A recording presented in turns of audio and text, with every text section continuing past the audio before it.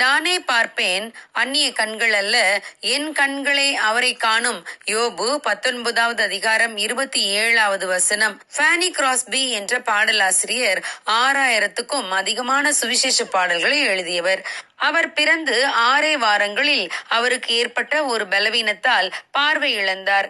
அவரிடம் ஒரு போதகர் வந்து, உங்களுக்கு எத்தனையோ கிருபைகளை கொடுத்திருக்கும் தேவன் பார்க்கும் திறனை கொடுக்கவில்லையே என்று அவர் மீது மிகவும் பரிதாபப்பட்டார்.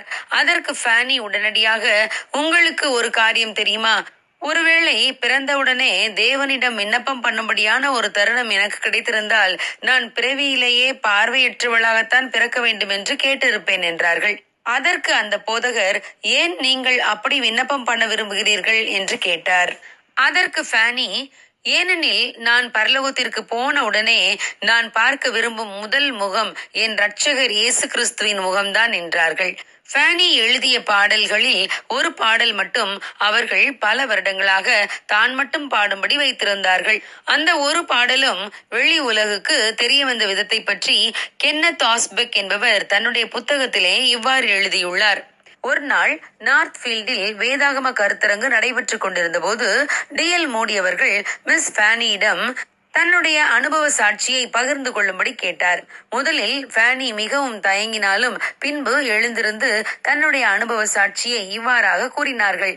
நான் எழுதிய ஒரு பாடல் இருக்கிறது. அந்த பாடல் இதுவரை வெளிவரவில்லை. அந்த பாடலை நான் என் ஆத்மாவுக்கு பாடும் பாடலாக எனக்கென வைத்திருக்கிறேன்.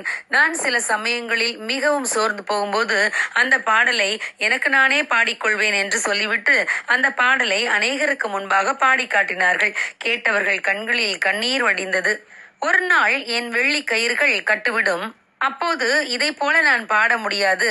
ஆனால் நான் என் ராஜாவின் மாளிகையில் பிரவேசிக்கும் போது எத்தனை மகிழ்ச்சி! அங்கே நான் என் ராஜாவை முகமுகமாய் பார்ப்பேன். கிருபையினால் நான் மீட்கப்பட்ட கதையை அவரிடம் சொல்வேன். இதுதான் ஃபேனி தனக்கென்று வைத்திருந்த அவர்களுடைய ஆத்தும பாடல்.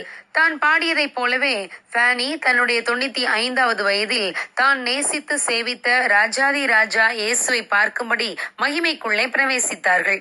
பிரியமானவர்களே, இந்த மகிமையின் நம்பிக்கை நமக்கு இருக்கிறதா? அல்லது வாழ்வில் வரும் சிற்சில சோர்வுகளையும் கஷ்டங்களையும் பார்த்து மனமுடிந்து போகிறோமா?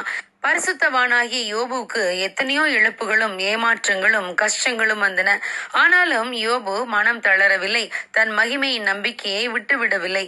அவர் என் மீட்பர் உயிரோடு இருக்கிறார் என்றும் அவர் கடைசி நாளில் பூமியின் மேல் நிற்பார் என்றும் நான் அறிந்திருக்கிறேன்.